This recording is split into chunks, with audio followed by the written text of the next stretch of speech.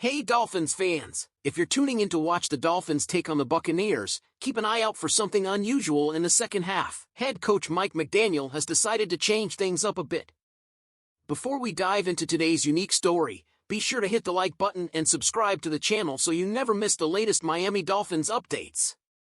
We've got something really interesting to talk about today, and it's all about a different twist for the Dolphins' preseason finale against the Tampa Bay Buccaneers. Let's get to it. In the second half of the game, McDaniel will hand over the head coaching reins to assistant head coach and tight ends coach John Embry. You heard right, Embry is taking over as head coach in the second half, and here's why. According to Mike Cugno, the sideline reporter for the Dolphins preseason broadcast team in South Florida, this change is meant to give Embry some valuable experience.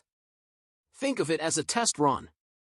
The idea is to prepare Embry in case he has to replace McDaniel during the regular season. No one wants that to happen, but it's all about being ready for anything.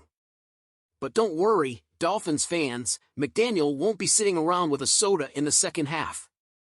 He'll still be handling his duties as the play caller, so the offense will continue to operate under his guidance. This is more about leadership and giving Embry a taste of what it's like to be in charge during a game. Now, let's talk a little bit more about John Embry. He's not just any assistant coach, he's someone McDaniel has a long history with. Their working relationship dates back to 2017, when they both joined the San Francisco 49ers. McDaniel came from Atlanta and Embry from Tampa Bay. Embry spent 5 seasons as an assistant head coach and tight ends coach in San Francisco before following McDaniel to Miami in 2022 in the same role. Embry's coaching resume is impressive. Before joining the NFL in 2013 as the tight ends coach in Cleveland, where McDaniel was also on staff as the wide receivers coach, Embry was the head coach at the University of Colorado for 2 seasons. That experience, combined with his long-time relationship with McDaniel, makes him a great fit for this unique preseason experiment. Now, you might be wondering if this type of move has any precedent. Well, this isn't the first time the Dolphins have done something like this in the preseason. In 2007, then head coach Cam Cameron handed off his duties for the preseason finale against the New Orleans Saints to 2 of his assistants. That move didn't quite work out, as the Dolphins lost the game 7-0 and went on to a dismal 1-15 regular season. But let's be clear, what's happening with McDaniel and Embry is a completely different story. First, McDaniel is entering his 3rd season as head coach, while Cameron was a rookie coach at the time. Additionally, Cameron handed off the responsibilities to 2 assistants who had previously served as NFL head coaches, which is not the case with Embry. So tonight's game will be fascinating to watch, not just for the action on the field, but to see how Embry handles his time as head coach. It's a great opportunity for him and a smart move by McDaniel to prepare his team for any scenario. What do you think, Dolphins fans? Are you excited to see how Embry performs in the second half? Do you think this move shows McDaniel's confidence in his coaching staff? Let us know in the comments below. Alright, Dolphins fans, let's talk about something that's been hanging over our heads this preseason: injuries and the age of some key players.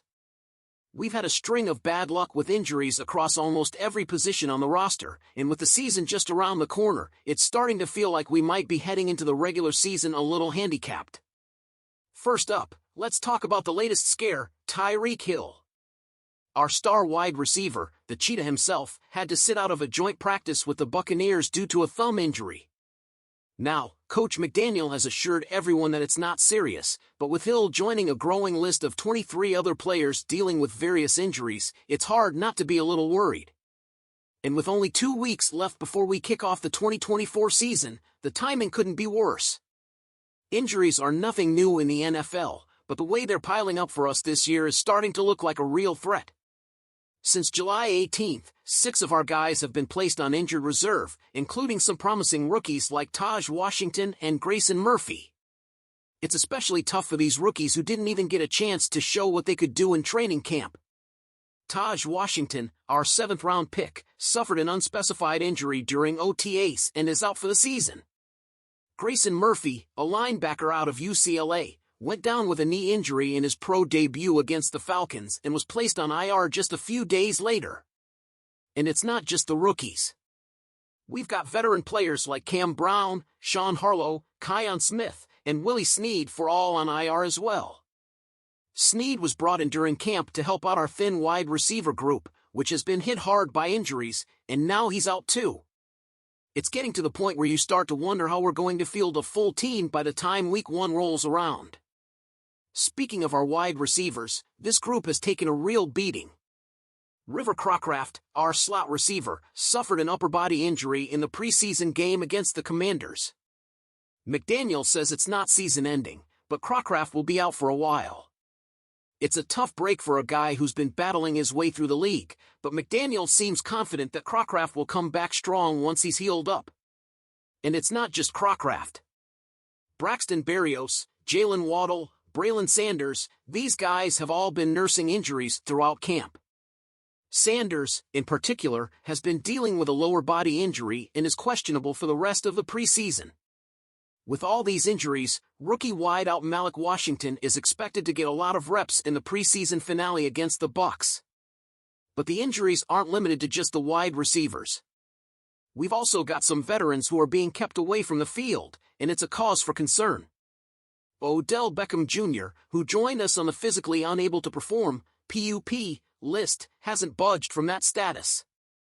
The 10-year NFL vet has been seeing conditioning on his own, but he hasn't participated in any team drills.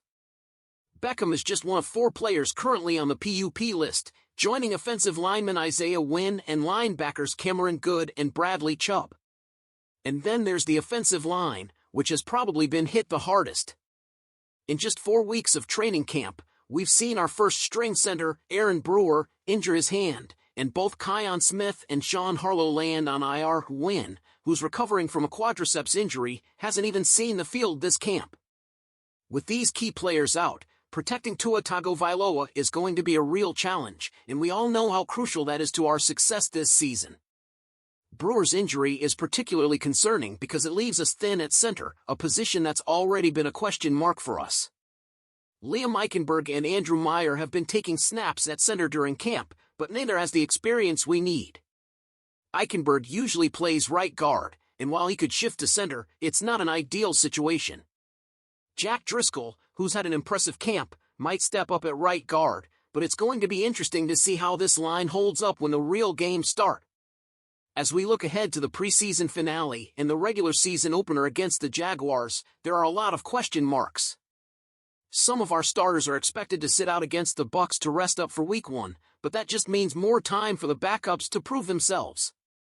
We're hoping the team can stay healthy from here on out because, with all the injuries and the age of some key players, the 2024 season could be a rough one if things don't start turning around. So, what do you think, Dolphins fans? Are you concerned about all these injuries? Do you think we have the depth to overcome them, or are we in for a tough season? Let me know your thoughts in the comments below, and before you go, don't forget to hit that like button and subscribe to the channel so you can stay updated on all things Dolphins as we head into the new season. Thanks for watching, and as always, fins up!